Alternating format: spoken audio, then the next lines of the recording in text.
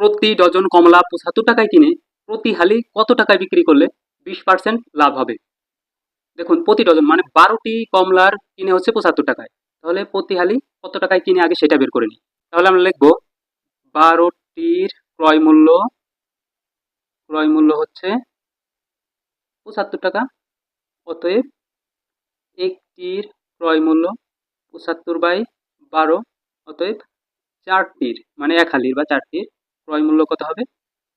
৭৫ গুণ 4 ভাগ হচ্ছে 12, 3 দিয়ে কাটে 3 25, 25 টাকা পাওয়া গেল। 25 টাকা পাওয়া গেছে হচ্ছে এক হালি কমলার ক্রয় মূল্য। এখন কত টাকায় বিক্রি করলে 20% লাভ হবে? দেখুন এই 25 টাকা তো বিক্রি করতেই হবে, তার সাথে 25 টাকার 20% বেশি বিক্রি করতে হবে, তাহলে সেই মূল বিক্রয় মূল্য পাওয়া যাবে। অতএব বিক্রয় মূল্য কত হবে?